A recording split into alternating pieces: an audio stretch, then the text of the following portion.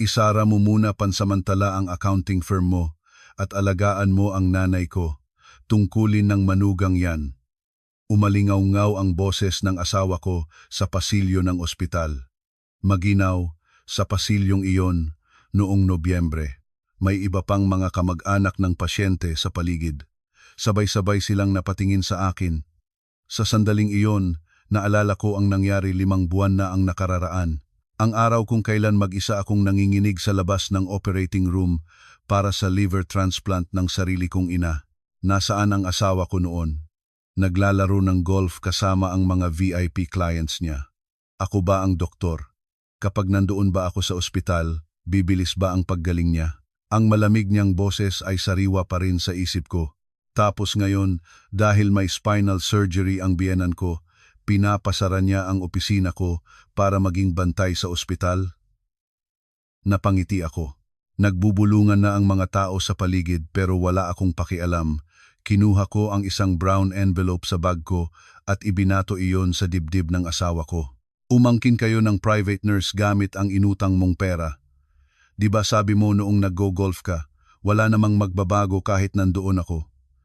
Busi rin ako. May hearing pa ako sa korte. Sa loob ng envelope na iyon ay ang mga dokumento para sa 8 milyong pisong personal loan. Ang perang nakuha ng asawa ko sa pamamagitan ng pagpeke ng pirma ko at pagnakaw ng ID ko. Ang 8 milyong pisong ibinigay niya ng palihim sa kapatid niya para pambayad sa down payment ng kondo. Namutla ang mukha ng asawa ko. Ang biyenan ko na nakikinig sa tabi ay nanginginig na nakahawak sa riles ng hospital bed niya. Hindi nila alam.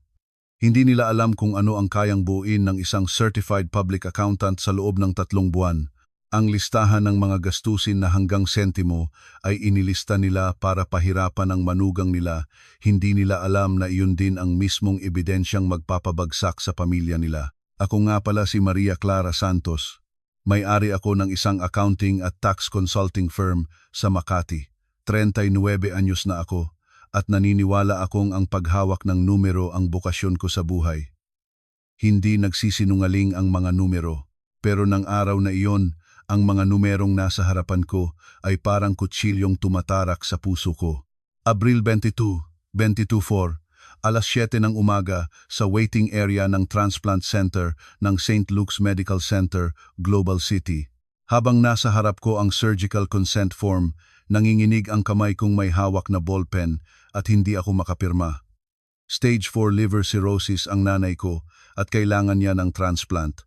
Mabuti na lang at pumayag ang Kuya Ramon ko na ibigay ang bahagi ng atay niya para kay mama at ngayon na ang araw ng operasyon.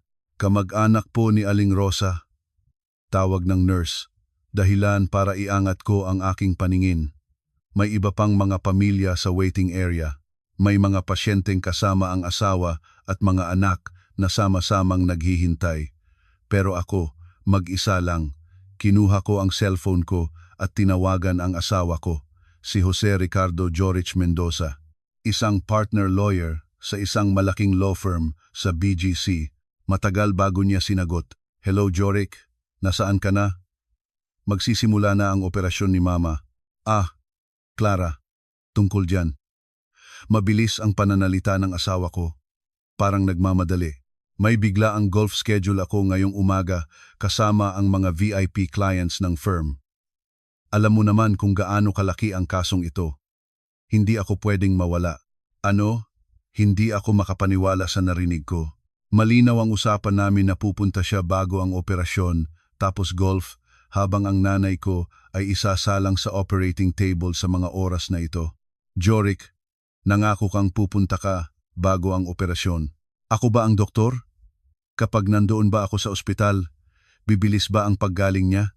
Wala akong magagawa. Biglaan ito at sobrang busy ko, malamig na sagot niya. Habang nagmamakaawa ako, lalo siyang naiirita. Intindihin mo na lang Clara, busy rin ako. Dadaan ako mamayang gabi pagkatapos ng operasyon. Jorich Tut. Pinatayan niya ako ng tawag, nakatayo lang ako roon, tulala habang hawak ang cellphone. Naramdaman ko ang mga pasimpleng tingin ng mga tao sa paligid. Tumakbo ako sa banyo at doon tahimik na umiyak. Natuloy ang operasyon ayon sa plano. Unang ipinasok si kuya sa operating room at sumunod si mama. Nakaupo lang ako sa silya sa waiting area, nakatitig sa orasan. 6 na oras. 6 na oras daw aabutin ang operasyon. Pero makalipas ang 1 oras, tumunog ang cellphone ko. Clara, narinig ko kay Jorich. Ooperahan daw ang nanay mo? Opo. Nasa loob na po ng operating room. Iba ang tono ng biyenan ko. May nakatagong talim. Maganda naman ang pag-aalaga sa may sakit na magulang, Clara. Pero nagtatrabaho at may negosyo si Jorich. Tama bang sirain mo ang araw niya ng ganito kaaga? Hindi mo na nga siya naipagluto ng almusal, binigyan mo pa ng stress. Ang lungkot tuloy ni Jorich. Kinagat ko ang labi ko. Sa mga oras na hinihiwa ang tiyan ng nanay ko sa operating table, ang asawa kong naglalaro ng golf ang inaalala ng biyenan ko. Opo. Pasensya na po, mama, tipid kong sagot. Wala na akong lakas para makipagtalo. Nanginginig ang mga kamay ko matapos ang tawag. Doon, biglang pumasok sa isip ko ang mga nangyari noon. Ang ugali ng biyenan ko na kinukuhanan ng picture gamit ang smartphone niya, ang bawat regalong ibinibigay niya sa akin.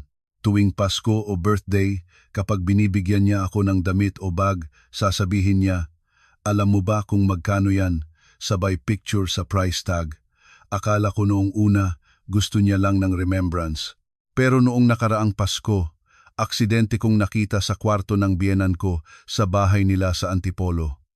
May isang notebook na nakabukas sa ibabaw ng mesa at doon nakasulat ang bawat sentimong ginastos niya para sa akin. Regalo, pamasko, libreng pagkain, pati ang halaga ng pagkaing nakain ko sa bahay nila. Manugang, Disyembre 2023, pamasko 20,000. Bayad sa inupahang gown, 5,000 pesos.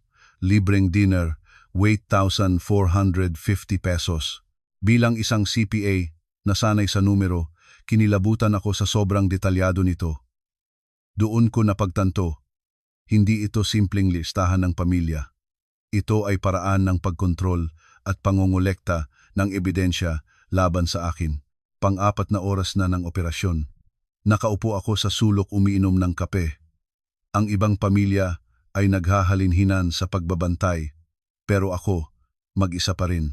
Saglit na dumaan ang asawa ni kuya, pero umalis din agad dahil sa mga bata at ang asawa ko ay nasa golf course. Napag-isip-isip ko, ano ba itong ginagawa ko? Ang nanay ko ay nag-aagaw buhay sa operating room, ang asawa ko ay nag-enjoy sa pag-i-swing ng golf club, at ang biyenan ko ay kinukwenta ang balanse ng mga nagastos niya sa akin. Binuksan ko ang notepad sa cellphone ko at sinimulan kong itala ang lahat ng nangyari ngayong araw. Abril 22, 2024, operasyon ni Mama, si Jorich nag-golf. Tumawag ang biyenan, nagalit dahil na-stress daw si Jorich, mag-isang naghihintay. Maiikling pangungusap, pero ito ang simula. Ang sandaling pinili kong magtala, imbes na umiyak. 3:00 ng hapon, natapos ang operasyon. Lumabas ang doktor. Mrs., naging matagumpay po ang operasyon. Stable po ang donor at ang recipient. Salamat po, Doc. Maraming salamat po, paulit-ulit akong yumuko. Tumulo ang mga luha ko. Luha ng ginhawa. Pinuntahan ko si Mama sa recovery room. Nakasuot siya ng oxygen mask at mukhang nanghina. Mahigpit niyang hinawakan ang kamay ko. Clara, Ma, ayos lang. Naging successful ang operasyon. Patawad. Dahil nagkasakit si Mama.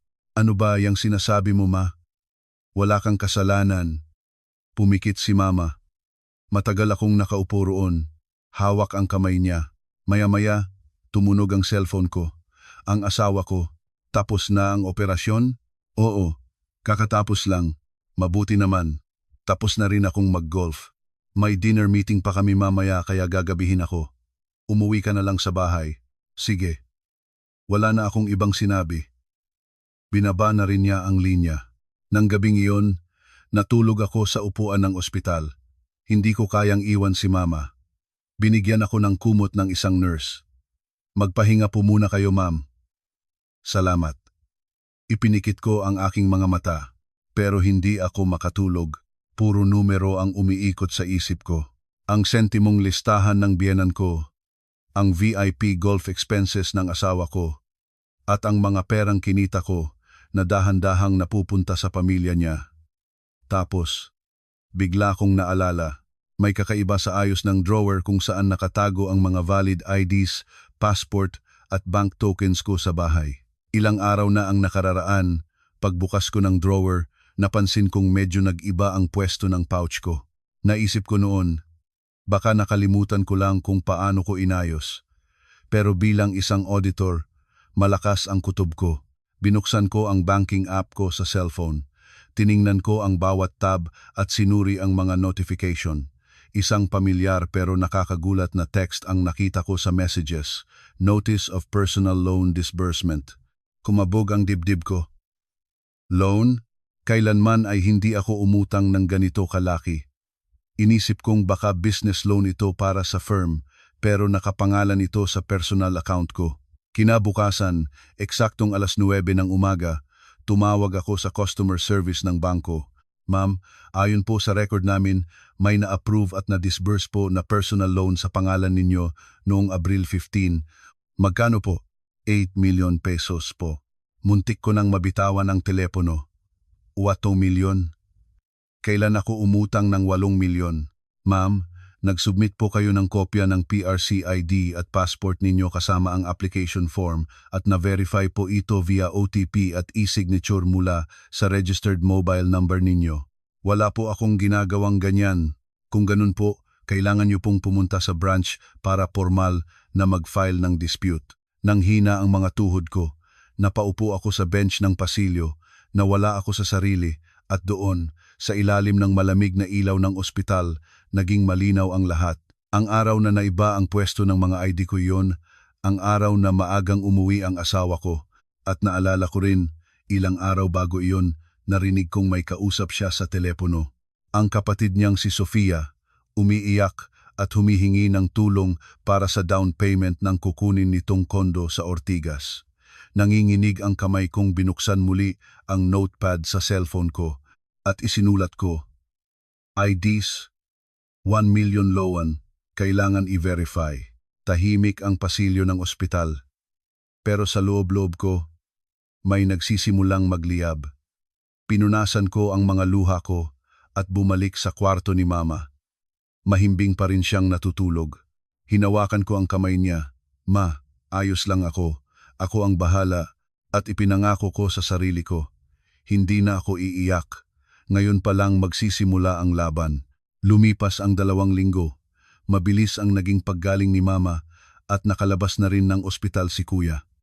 Araw-araw, pabalik-balik ako sa ospital at sa opisina ko sa Makati. Sa gitna ng pagiging busy ko, tumawag ang biyenan ko. Clara, pumunta kayo rito sa bahay sa weekend. Magkikita-kita ang pamilya. Opo, Mama. Pupunta po kami. Sumagot ako ng maayos, pero napabuntong hininga ako sa loob-loob ko. Kapag may family gathering sa bahay ng mga in-laws ko sa Antipolo, alam kong mangyayari na naman ang DIL evaluation day nila. Sabado, papunta kami sa Antipolo. Tahimik lang si Jorich habang nagmamaneho, hindi rin ako nagsasalita. Mula noong araw ng operasyon ni Mama, may tila invisible na pader na sa pagitan namin. Pagdating namin, nauna na pala roon ang hipag kong si Sofia. Kuya, Ate Clara, nandyan na pala kayo. Nasa loob ba si Mama? Pumasok kami sa bahay. Nakaupo sa sofa sa sala ang biyenan ko. Pero may nakabukas na notebook sa ibabaw ng coffee table. Ang pamilyar na notebook. Mano po, Mama? Bati ko. Upo ka. Umupo ako sa sofa. Tinitigan ako ng biyenan ko ng matagal bago niya tinapik-tapik ang notebook gamit ang daliri niya. Clara, balita ko, successful daw ang operasyon ng nanay mo? Opo, salamat sa Diyos at naging maayos. Mabuti naman. Pero, alam mo, bumaba ang tono ng boses niya. Simula nang magpakasal kayo ni Jorich, alam mo ba kung magkano na ang naibibigay namin sayo? Pinagpawisan ako ng malamig. Naisip ko, heto na naman. Mama, ano pong ibig ninyong sabihin? Tingnan mo ito. Inilapit niya sa akin ang notebook. Mas marami itong laman kaysa sa nakita ko noong nakaraang taon. Nakalista ang bawat sentimong ginastos nila sa akin sa loob ng 10 taong kasal namin, nakakategorize ayon sa petsa at okasyon. Marso 2015, kasal, alahas at regalo, P300,000 tisa. Enero 2016, pamasko, 20,000 pesos. Mayo 2017, birthday bag, 29,000. Isa-isa itong binasa ng biyenan ko, hanggang sa huling sentimo, eksakto. Alam mo ba kung magkano ang total nito? Nasa 1,929,456 at 75 sentimo. Nawalan ako ng salita. Hindi ko na gustong i-verify kung tama ang numero. Gusto ko na lang maglaho. Mama, bakit? Bakit niyo po inililista ito? Pamilya po tayo, hindi na kailangang kwentahin ang mga ganyang bagay. Aba, kahit pamilya, kailangan pa ring may listahan. Ang natanggap ay natanggap. Malamig ang boses niya. Tiningnan ko si Jorich na nakahalukip-kip lang sa tabi. Jorich, paghingi ko ng saklolo gamit ang mga mata ko, pero umiwas siya ng tingin. Clara, wala namang mali sa sinabi ni Mama.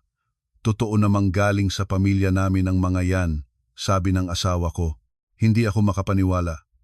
Kinakampihan ng sarili kong asawa ang nanay niya sa ganitong kalokohan. Kung ganoon, kailangan ko rin bang ikwenta ang mga binigay sa akin ng sarili kong nanay, ang mga appliances na binili niya noong bagong kasal tayo, ang mga allowances na binibigay niya tuwing Pasko? Ililista ko rin ba sa ledger?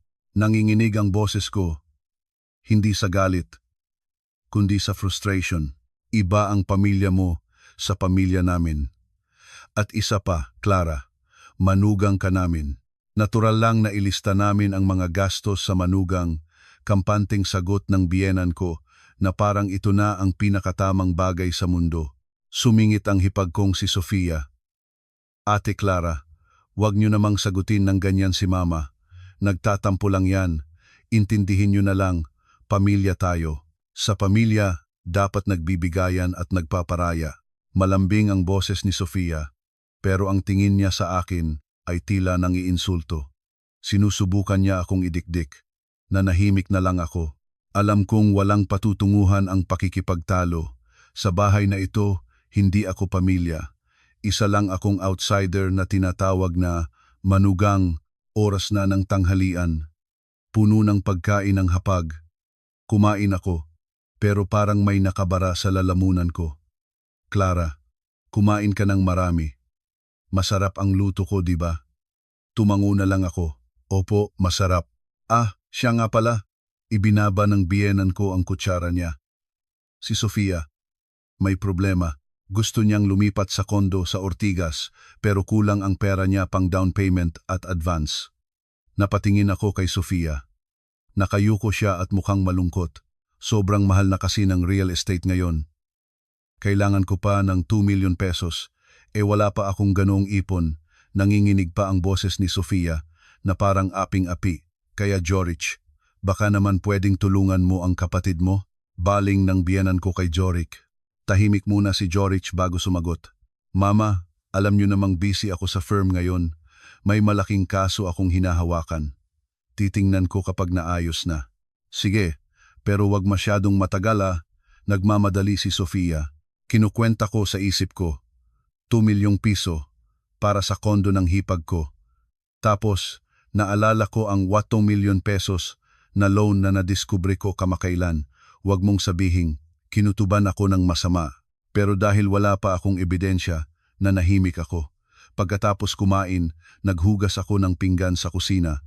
Ang biyenan ko at si Sofia ay nasa sala, nag-uusap, habang si Jorich ay nanonood ng TV. Habang naghuhugas, narinig ko ang usapan ng mag-ina. Ma, tutulungan kaya ako ni Kuya? Huwag kang mag-alala.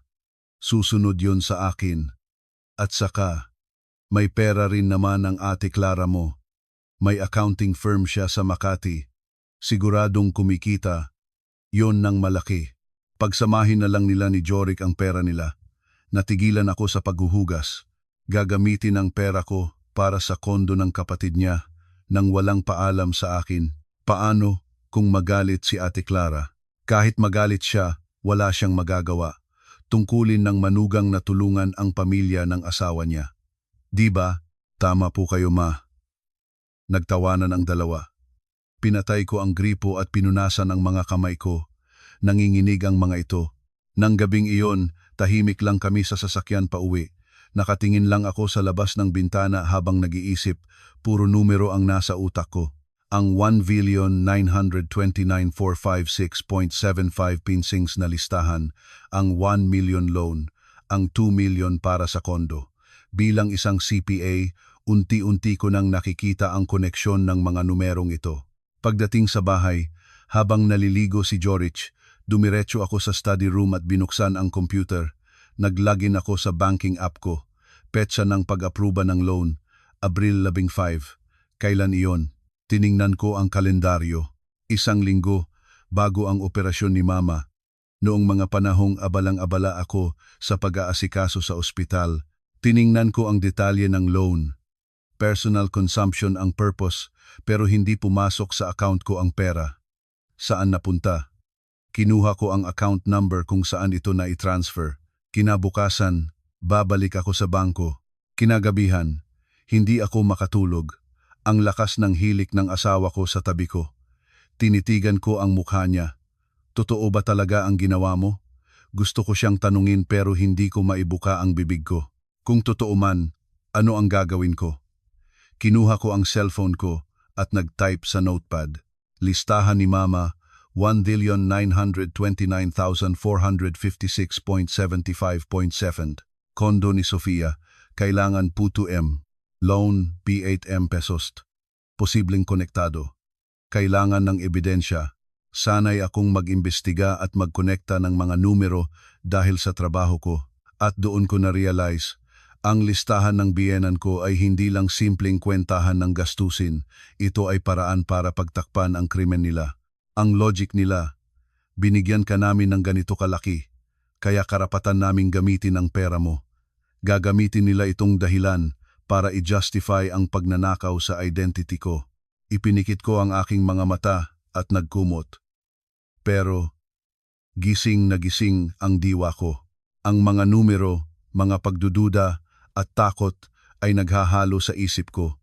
Ang mga pahina ng notebook ng biyenan ko ay naging parang mga patalim at napagtanto ko, kailangan ko ring gumawa ng sarili kong ledger. Ang ledger na magre-record ng mga krimen nila. Lunes ng umaga. Maaga akong pumasok sa opisina sa Makati. Maliit lang ang firm ko, pero maganda ang kita. May 3 akong empleyado, at ang pinaka-senior doon ay si Andrea. 5 taon ko na siyang kasama. Maaga po yata kayo, Ma'am Clara. Bati ni Andrea sabay abot ng kape. Salamat. Oo dadaan pa kasi ako sa bangko mamaya. Sa bangko? May problema po ba? Wala naman, personal lang pagdadahilan ko. Ayoko pang sabihin sa kanya ang totoo. Pagdating ng lunch break, pumunta ako sa branch ng BPI na malapit sa opisina. Kinausap ko ang teller para humingi ng detalye ng loan. Ma'am, pwede po bang makita ang valid ID ninyo? Inabot ko ang ID ko at may tinipi siya sa computer. Maya-maya, inabot niya ang isang printout. Ma'am, tama po.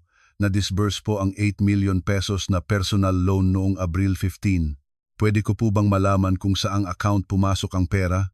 Sandali lang po. Tiningnan ulit ng teller. Na-transfer po ng buo sa isang BDO account. Sinulat ko ang account number. Pwede ko po bang malaman kung kanino nakapangalan ang account na ito? Sorry po, ma'am. Confidential po ang information na yan dahil sa data privacy. Naiintindihan ko. Salamat.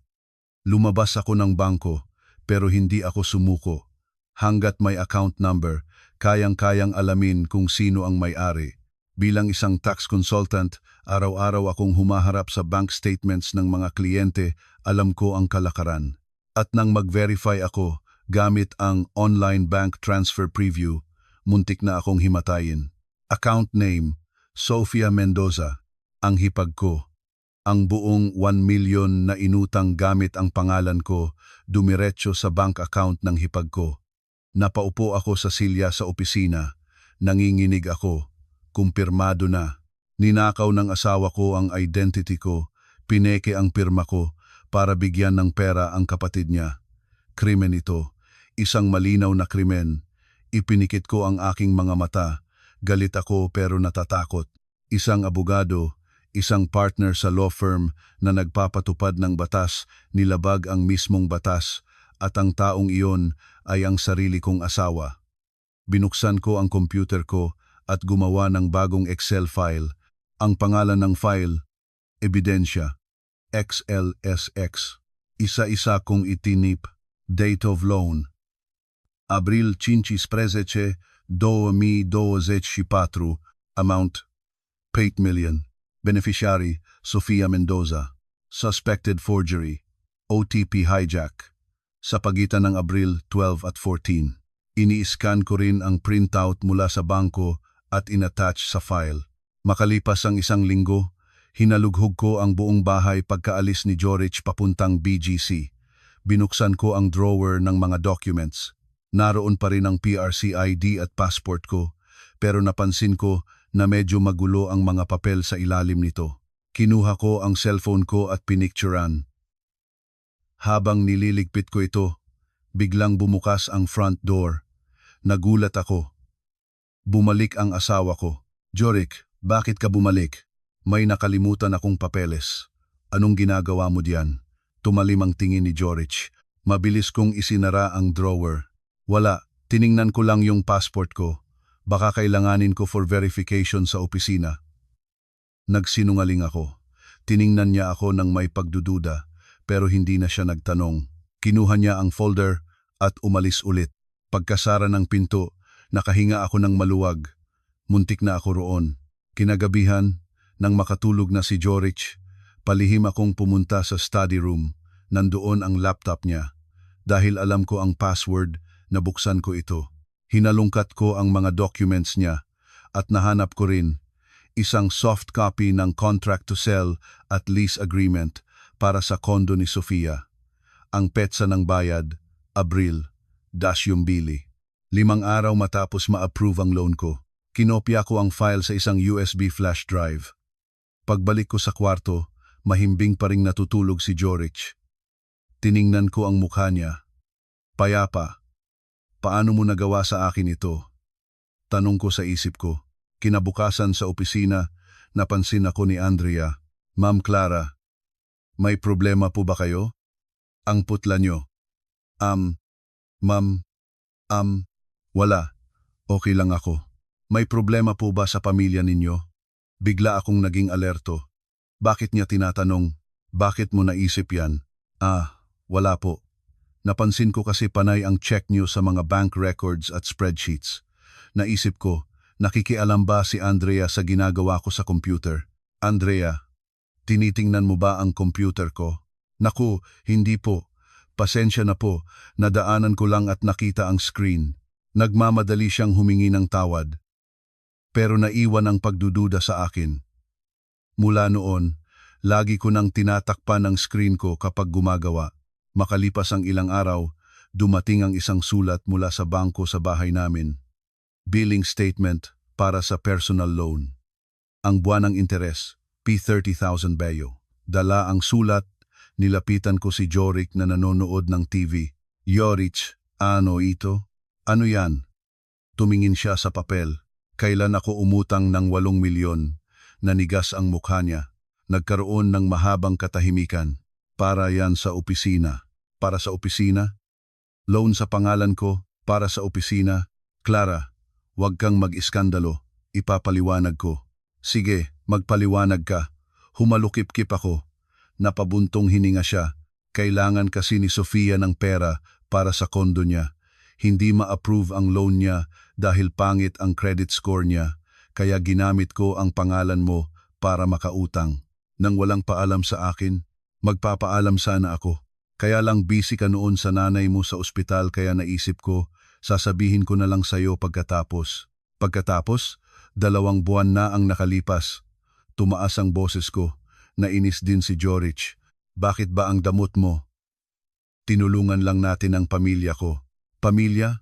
Ang pagnanakaw sa identity ko nang walang paalam, pamilya ba ang tawag doon? Anong pagnanakaw? Mag-asawa tayo. Conjugal property natin ang lahat, di ba? Nakakatawa ang logic niya. Dahil ba mag-asawa kami, pwede na siyang mang-forge ng pirma at kumuha ng loan sa pangalan ko. Sino ang pumirma? Ako ba? Ako na ang pumirma para sa'yo. So, namemeke ka ng pirma? Hindi yan pamemeke. Mag-asawa nga tayo, sigaw niya. Gusto kong tumawa sa sobrang inis. Isang abogado, pero ganito mag-interpret ng batas? Jorik, abogado ka, di ba? Alam mong identity theft at estafa ang ginawa mo. Clara, kumalma ka nga. Kung ayaw mong maghiwalay tayo, manahimik ka na lang. Ako ang magbabayad ng interes. Yung principal na 8 milyon, babayaran yan ni Sofia kapag naibenta niya o na-lease out ang ibang property niya, mga 2 taon. Napabuntong hininga ako. 2 taon. Nakapangalan sa akin ang 8 milyon. At ako ang mananagot kung may mangyari. Ayoko. Bayaran mo yan ngayon din. Saan ako kukuha ng 8 milyon ngayon? Problema mo yan. Ikaw ang gumawa niyan. Inihagis ko ang billing statement sa kanya at pumasok sa kwarto, sabay lock ng pinto. Binuksan ko ang computer at nagdagdag ng impormasyon sa Excel file. Date of confrontation, Hunyo 10, 2024. Inamin ng asawa na pineke niya ang pirma ko nang walang paalam. Walang konkretong plano sa pagbabayad. Aasahan si Sofia sa loob ng 10 taon. Interes P 30K month. Ay sinavey ko ang file at nag-backup sa USB. Makalipas ang 1 linggo, nagtanong ulit si Andrea. Ma'am Clara, may problema po ba sa pamilya nyo? Nag-aalala na po ako sa inyo, parang pagod na pagod kayo. Mabait ang ekspresyon ni Andrea, pero may kakaiba. Salamat Andrea, pero ayos lang ako. Kung may maitutulong po ako, sabihin nyo lang po. Hindi ako nagsalita sa kanya. Hindi pa ako pwedeng magtiwala kahit kanino. Nang gabing iyon, nakatitig ako sa kisame. Ang bahay na ito ay hindi pamilya. Isa itong sindikato, ang ledger ng biyenan ko, ang forged signature ni Jorik, ang kondo ni Sofia. Lahat ng ito ay planado at ako ang gatasan nila. Ang CPA na nagtatrabaho at nagdadala ng pera na pwede nilang gamitin kung kailan nila gusto. Ipinikit ko ang mga mata ko. Pwes, kung ganyan, mag-iipon din ako ng sarili kong ledger. Ang instinct ko bilang auditor ay gumising. Subaybayan ang pera, hanapin ang butas, at mangolekta ng ebidensya. Nang tanggalin ang maskara ng pamilya, ang natira ay puro krimen. Mainit ang buwan ng tag-araw, pumunta ako sa head office ng bangko. Gusto kong makuha ang kopya ng mga orihinal na loan documents. Inabot sa akin ng officer ang file. Nakita ko ang pangalan ko, ang kopya ng PRC ID ko at ang pirma ko. Pero hindi ito ang tunay kong pirma. Tiningnan kong mabuti. Halos magkapareho, pero bilang CPA na sanay sa pag-scrutinize ng mga financial documents, nakita ko ang diferensya, ang pressure ng ballpen, ang anggulo, ang bilis ng stroke. Hindi ko po pirma ito. Pero ma'am, nag-submit po kayo ng kopya ng valid ID at nag-electronic signature pa po kayo para sa final approval. Electronic signature? Opo, sa mobile banking app ninyo. Nagpadala po kami ng OTP sa registered number ninyo at doon nyo po kinonfirm. Sa cellphone ko, paano nangyari iyon? Pwede ko po bang malaman kung anong oras naganap ang digital confirmation na yan? Opo. Abril 15, 2024, 11:23 am. Tiningnan ko ang diary ko. Abril 15 ng umaga. Nasa St. Luke's ako noon para sa check-up ni Mama matapos ang surgery. At naiwan ko ang cellphone ko sa bahay dahil low bat at nakalimutan ko ang charger. Kumpleto na ang puzzle. Ginawa ito ng asawa ko habang wala ako sa bahay. Hinijack niya ang phone ko, in-intercept ang OTP, at gumawa ng e-signature para ma-approve ang loan. Humingi ako ng certified true copy ng lahat ng dokumento. Sa sasakyan, nanginginig ako habang tinitingnan ang mga papel, hindi dahil sa galit, kundi sa takot. Ano ang gagawin ko? Ire-report ko sa pulis. Pero abogado ang asawa ko.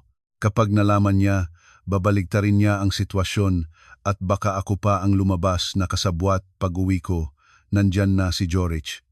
Pero hindi lang siya, nandoon din ang biyenan ko at si Sofia. Anong mayroon? Tanong ko. Upo ka, Clara, utos ng biyenan ko. Umupo ako, kinakabahan. Itinuro niya ang envelope sa mesa, ang loan statement. Clara, pumayag ka naman na kumuha ng loan para kay Sofia, di ba? Malamig na tanong ng biyenan ko. Hindi po, wala po akong pinapayagan. Kaninong pirma yan? Si Jorich ang pumirma at gumamit ng ID ko nang walang paalam. Anong walang paalam? Singit ni Jorich. Pumayag ka. Tinawagan kita sa ospital at sabi mo sige. Ano? Wala akong natatanggap na ganyang tawag. Nakalimutan mo lang dahil stressed ka noon. Pagsisinungaling ni Jorich. Clara, hindi magsisinungaling ang anak ko, kampi ng biyenan ko. Umiiyak-iyak pa si Sofia. Ate Clara, sorry po talaga. Akala ko po kasi tutulungan niyo ako gaya ng sabi ni Kuya. Drama lang ang lahat ng ito. Mama, hindi po totoo yan. Pagnanakaw ng pagkatao ang ginawa niya. Pinalo ng biyenan ko ang mesa. Clara, babaan mo ang boses mo at tingnan mo ito. Inilabas niya ang pamilyar na notebook. Ang ledger niya. Naaalala mo ba ang mga ibinigay namin sayo? Halos ₱2 million na yan. Dahil may utang na loob ka sa pamilyang ito, natural lang na tulungan mo kami sa loan na ito. Pamilya tayo. Ginamit niya ang listahan para i-justify ang krimen ni Jorich. Wala na akong masabi. Naintindihan ko na walang silbi ang pakikipagtalo sa mga taong ito. Sige po, wala na akong sasabihin. Tumayo ako at pumasok sa kwarto. Mabuti naman at naintindihan mo rin. Pahabol ng biyenan ko. Dumapa ako sa kama. Tumulo ang luha ko dahil sa sobrang galit at kawalan ng kalaban-laban. Abogado ang asawa ko. Paano ko siya matatalo? Maya-maya, tumawag si Mama. Clara, kamusta ka na? Pinigilan ko ang paghikbi. Okay lang po, Ma. Ikaw po, mabuti na ako, anak. Salamat sa'yo. Napangiti ako ng malungkot. Hindi ako pwedeng sumuko para kay Mama. Bumangon ako, binuksan ang laptop at gumawa ng panibagong spreadsheet. Ang title, Counter Attack. Nagsimula na ang totoong trabaho ko bilang CPA. 3 buwan. Iyon ang ibinigay kong deadline sa sarili ko. Araw-araw, gumigising ako ng 5 a.m. para palihim na mag-ipon ng ebidensya sa study room habang tulog pa si Jorich. Pinababa ko ang brightness ng monitor at dahan-dahang nag-type. Excel ang pinakamalakas kong sandata. Unang hakbang, IP logs at login history mula sa bangko. Humingi ako sa bangko ng kopya ng digital footprint ng loan approval. Nakita doon ang IP address ng Wi-Fi sa bahay namin. Nakasaad na ang device ay ang cellphone ko. Pero nakakuha rin ako ng record mula sa parking ng ospital at logbook ng nurse station na nagpapatunay na nasa St. Luke's ako nang mangyari iyon, 15 kilometro ang layo mula sa bahay namin. Pangalawang hakbang, ang electronic signature speed. Ayon sa bangko, naisagawa ang e-signature sa loob ng 0.8 seconds. Imposible iyon para sa isang totoong tao na nagsasign sa screen ng cellphone. Malinaw na copy-paste ang ginawa gamit ang isang nakasave na image file ng pirma ko. Pangatlong hakbang, pag-trace sa pera.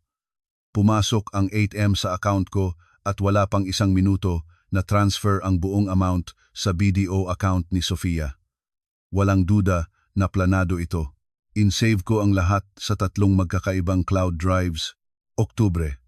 Napansin ko si Andrea na panay ang tingin sa akin sa opisina.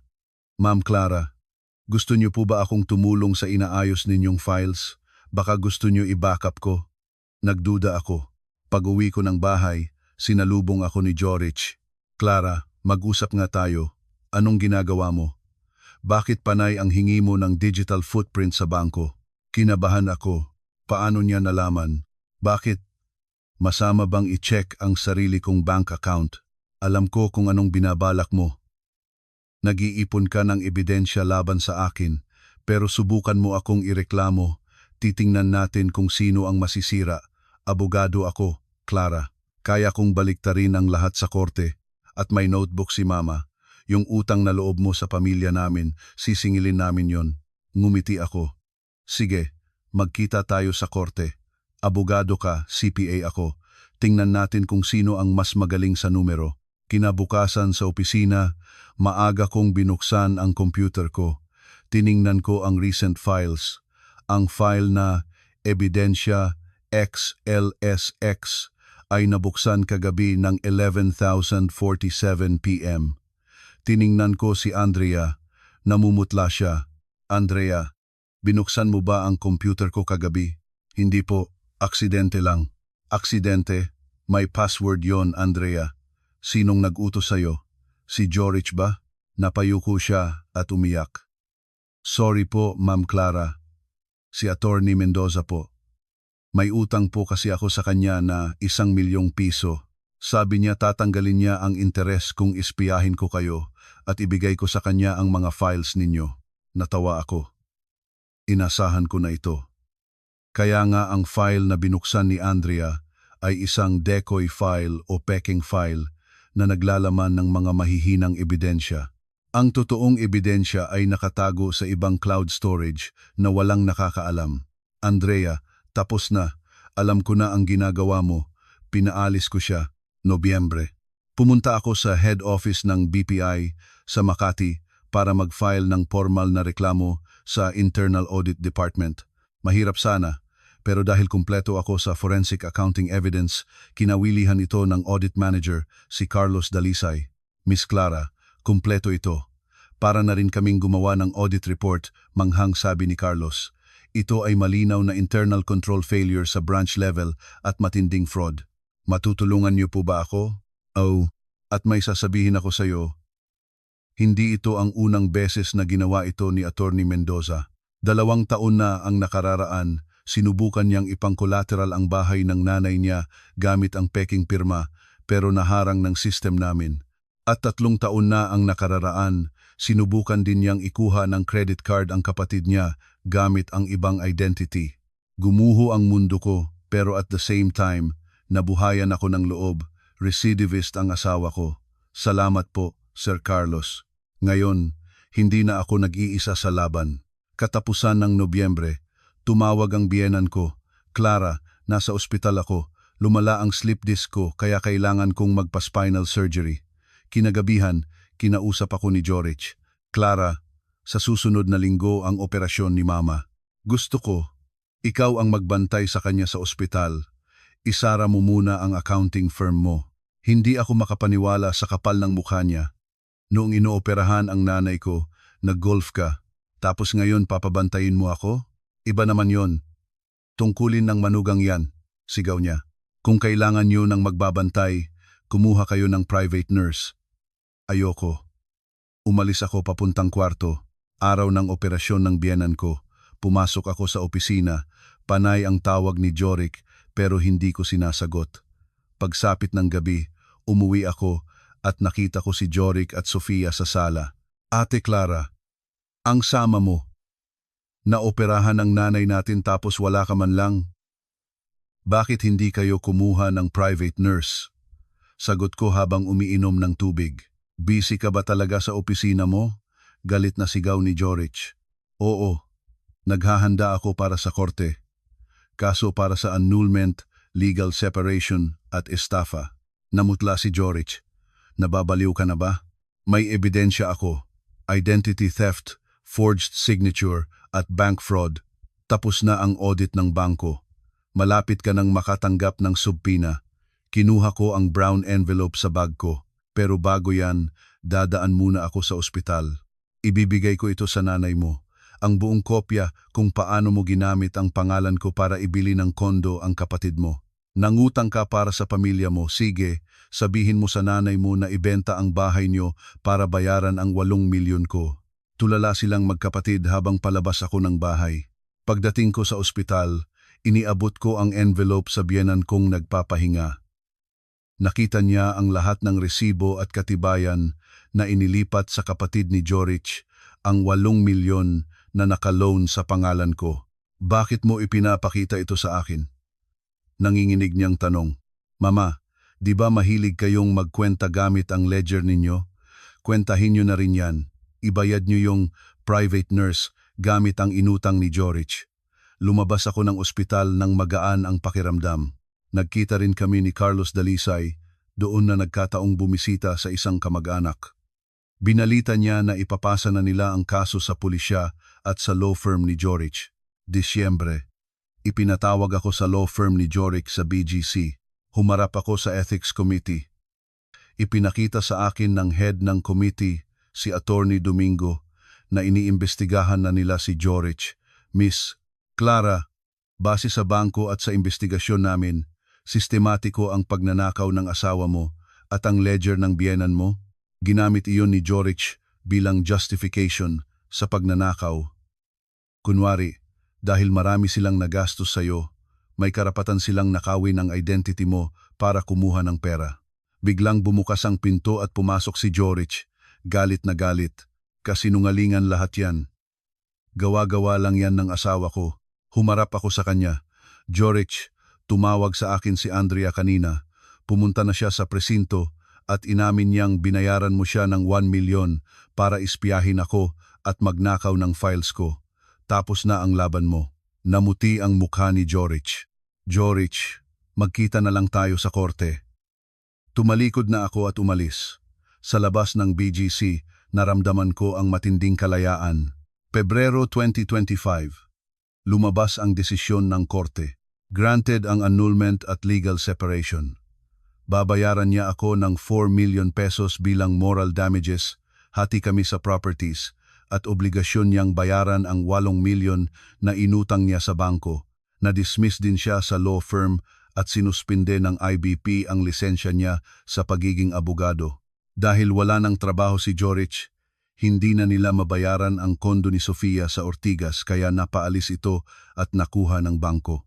Ang biyenan ko na hirap pa ring makabawi sa operasyon ay napilitang ibenta ang bahay nila sa Antipolo para makabayad sa mga utang. Ngayon, nakatira silang 3 sa isang maliit na inuupahang apartment.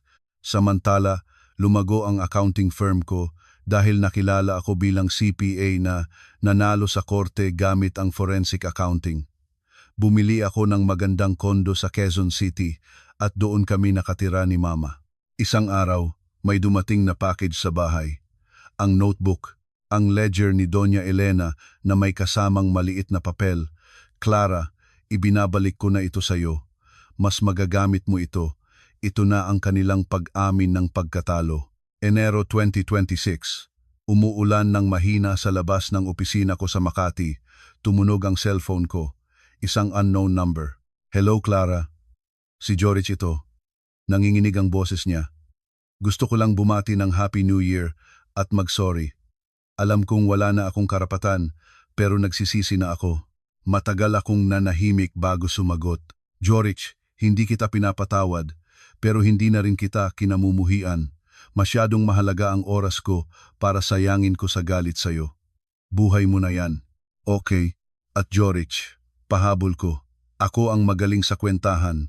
Huwag mong kalilimutan. Ibinaba ko ang tawag. Binuksan ko ang drawer ko. Kinuha ang lumang ledger ng biyenan ko. At sa huling pahina ay isinulat ko, Account closed. Maria Clara Santos, Panalo. Ang mga numero ay hindi nagsisinungaling. At sa huli, ang mga numerong iyon ang nagligtas sa akin. Maganda at payapa na ang buhay ko ngayon. At iyon ang pinakamahalaga.